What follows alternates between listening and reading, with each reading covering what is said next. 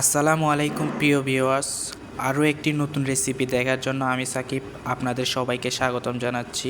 আজকে আমি আপনাদের সাথে শেয়ার করব অনেক বেশি মজার সুপার স্পঞ্জে একটি ছবির কেক।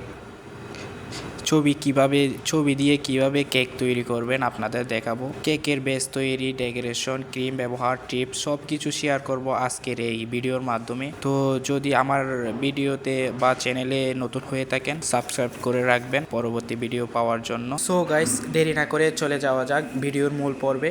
এখন আমি সাইডে এবং উপরে ক্রিম দিয়ে কেকে ফিনিশিং লেভেল দিয়ে নিচ্ছি মাত্র 2 মিনিটের মধ্যে। আলহামদুলিল্লাহ আমার নর্মালি কেকের ফিনিশিং চলে আসে। তো খুবই সিম্পলের মধ্যে আমি কেকটা তৈরি করেছি, তারপরেও মাশাআল্লাহ অনেক সুন্দর হয়েছে, সবাই খুব পছন্দও করেছে। সো ভিউয়ার্স, দেখতেই পারতেছেন ফিনিশিংটা সুন্দর আসছে অনেক।